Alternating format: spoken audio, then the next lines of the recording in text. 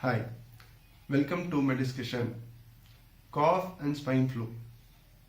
Cough is one very important aspect in the treatment of swine flu where we have difficult questions to face. Patients and attenders are really worried, distressed and annoyed and sometimes about this cough. They ask us, why do we have this resistant cough, not responding to any cough syrup?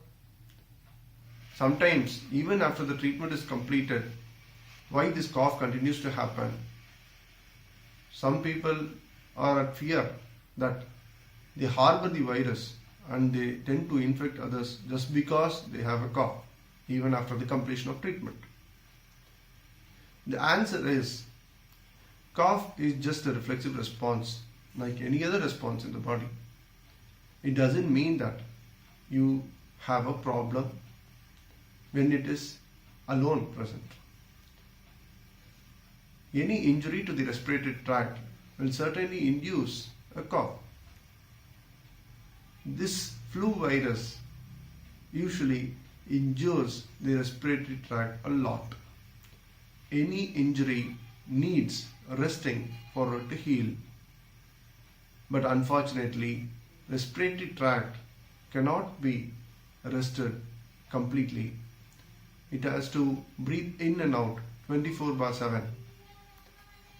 So this leads to a longer healing period. So you in turn have a cough for a longer time.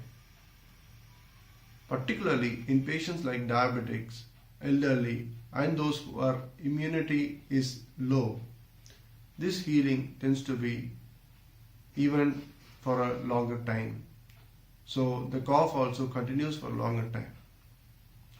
So you can be reassured that if you have completed the treatment for swine flu and if you don't have a fever, you don't have a breathing difficulty, you just have a dry cough or a mild productive cough, you are not infective, you are not infected, and of course you will not spread the virus. See you soon. Bye.